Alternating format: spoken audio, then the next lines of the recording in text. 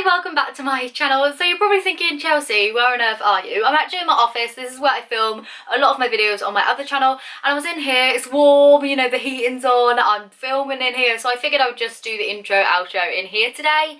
But basically today I've made another wreath. I'm really happy with the outcome of it. I was a bit unsure in the middle of the video of what I should do with it, but you'll see that later on in regards to what I mean there.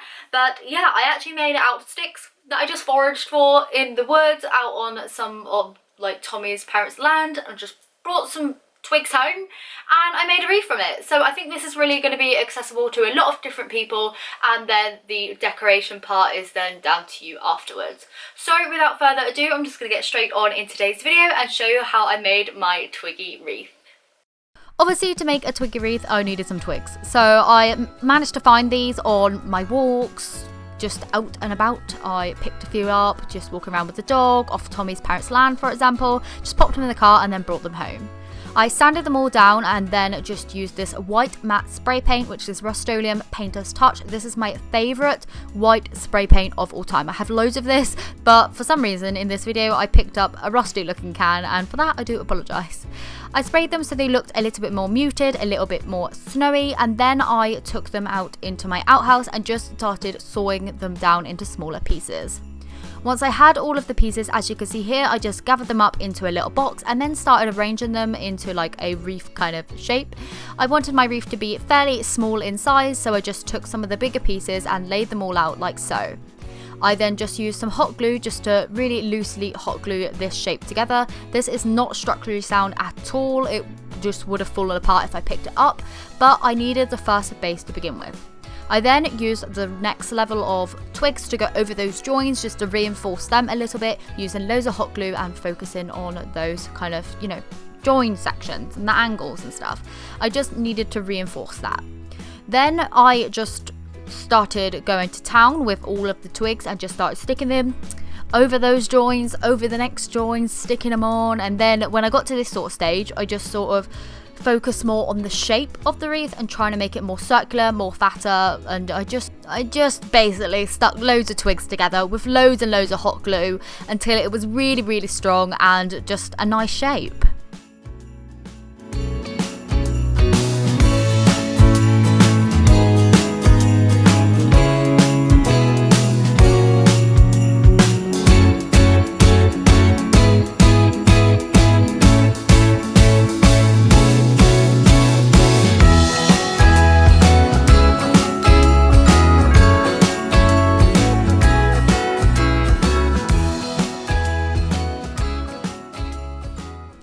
Once I had the shape all then, you know, completely done, you could leave it there, but I decided I was going to decorate it like one that I kind of have already. So I took some of these little MDF stars. I've had these in one of my little button boxes for absolute ever. I probably got them off of eBay or something like that for really cheap, but I just painted them with a white chalk paint and then sprinkled on some white glitter and patted that down whilst it was still wet so the glitter kind of stuck to the stars.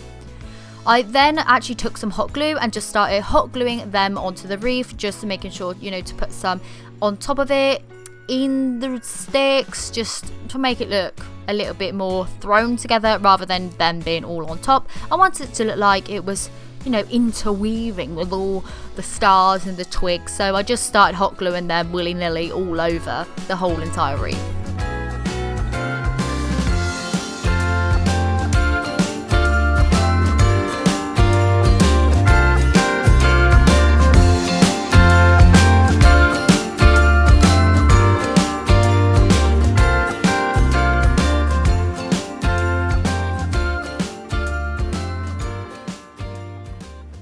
I then felt the wreath needed something a little bit extra again, so I just took some Mod Podge onto a little Smartie container because thank you trick-or-treaters who did not turn up and left me all of the sweets, really appreciated it. I just used some little Mod Podge, brushed that on, and then used some of this fake snow which I got from Poundland, and I just sprinkled that all over. I basically did that all over the wreath too, just to add a little bit of extra dimension, a little bit of extra luxe and a little bit of extra detail to draw your eye to it. I then thought it was still a little bit plain and it felt like it needed a little something. I was thinking, oh, should I go to the shop and buy some little berry picks? But then I thought, actually, no, I'm just going to use things I already have. So I just used these little mini bells and then some pearl beads as well, which was actually from a necklace that broke a long time ago. But I kept the little pearl beads in a little button container again, and I figured I would use them eventually, and I'm kind of glad that I kept them because the colours matched perfectly. I then used some twine to add a little loop to the top, and I feel like I'm gonna catch you up here. Okay, so I'm about halfway through the wreath kind of tutorial, and I've got the main kind of base of it. So I think I'm happy with this, and it definitely can be left here. I have got this little bit sticking out in the middle. I don't know where that's coming from, but I really like it like this actually. But I just feel like I could do a little bit extra. So whilst you can 100% leave it like this, we can also add a few things. So here's where I'm a bit confused whether I should leave it blank. I should, this one's the wild card, add the gingerbread man in. I know, I've got a gingerbread man problem, but is this fate or is this fate? Like, this little guy fits in there perfectly. Like, he was a sample that ended up being like, you know, not the right size for anything that I wanted. So I've kept him and I thought, oh, I'd use that in a DIY, but I mean, he would look great in there, wouldn't he? He fits perfect. Or this was my original plan, to use like these little houses that I've got, like to pop that down there. Oh my goodness, that's really sweet. And then pop a few little trees around it. And now I'm thinking about it, I think I'm just going to go for that. So whilst you don't have to do the next few steps, it may be fun to watch me do it anyway to see how it turns out. So going on with the little kind of house situation thing that I just spoke about, I took this little decoration which I got from Wilko. It's in the new 2019 mid-winter range. Oh my goodness, that is the most beautiful Christmas range I have ever seen. I just hot glued that onto the bottom. I cut off the little twine tag and stuff like that. I then used these little mini bottle brushes and then like cut the bottoms off, use some hot glue and just pop them into the twigs as well, and then push them all down and just made them all intertwine. These again, probably from eBay.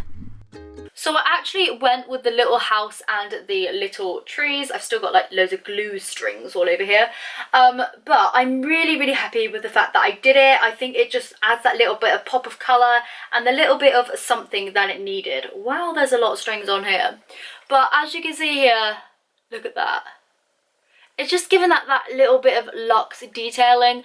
This little house was from Wilko. It was £3, but it's in the 3 for 2 section as well. And actually I was in there the other day and they have so many nice pieces in. So I'm going to be giving you a What's In Wednesday video tomorrow with all of the Christmas decor that they have in at Wilko. I hope you're looking forward to it because it's a good one. I usually forget about Wilko as like a store for Christmas decorations, and I'm so glad that I went in. Like, we haven't had one in our town for that long, so now that we do have one, I can just nip in there now, and you know, they have just such nice things. Anyway, so yeah, that's where this little house came from. These little trees and stuff I just already had, and everything else I already had or just picked up off the ground. So I hope you have enjoyed this video, taken away a little bit of inspiration from it. Maybe if you recreate one, give me a little tag on Instagram and I will repost you on my stories and add you to my highlights under your DIYs. I absolutely love adding you all underneath there. It's just so fun to see everyone's like DIYs back. So yeah, hopefully you enjoyed it, and I will see you tomorrow for that What's In Wednesday in Wilko. Bye! Find mission backup hot glue gun. I found a stapler. I've been looking for a stapler. I was going to go in town today and buy a stapler because I just couldn't find mine. And then I found one.